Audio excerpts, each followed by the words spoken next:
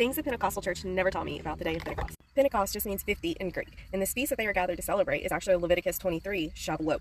Shavuot is 7 weeks after the first fruits of barley, or 50 days past that day. So it's also called the Feast of Weeks, and it's also a Feast of First Fruits because it's the first fruits of wheat. Wheat is an important factor because spiritually speaking, it's about maturity of faith and Yahushua coming back to gather his wheat into the barn before he burns the tares.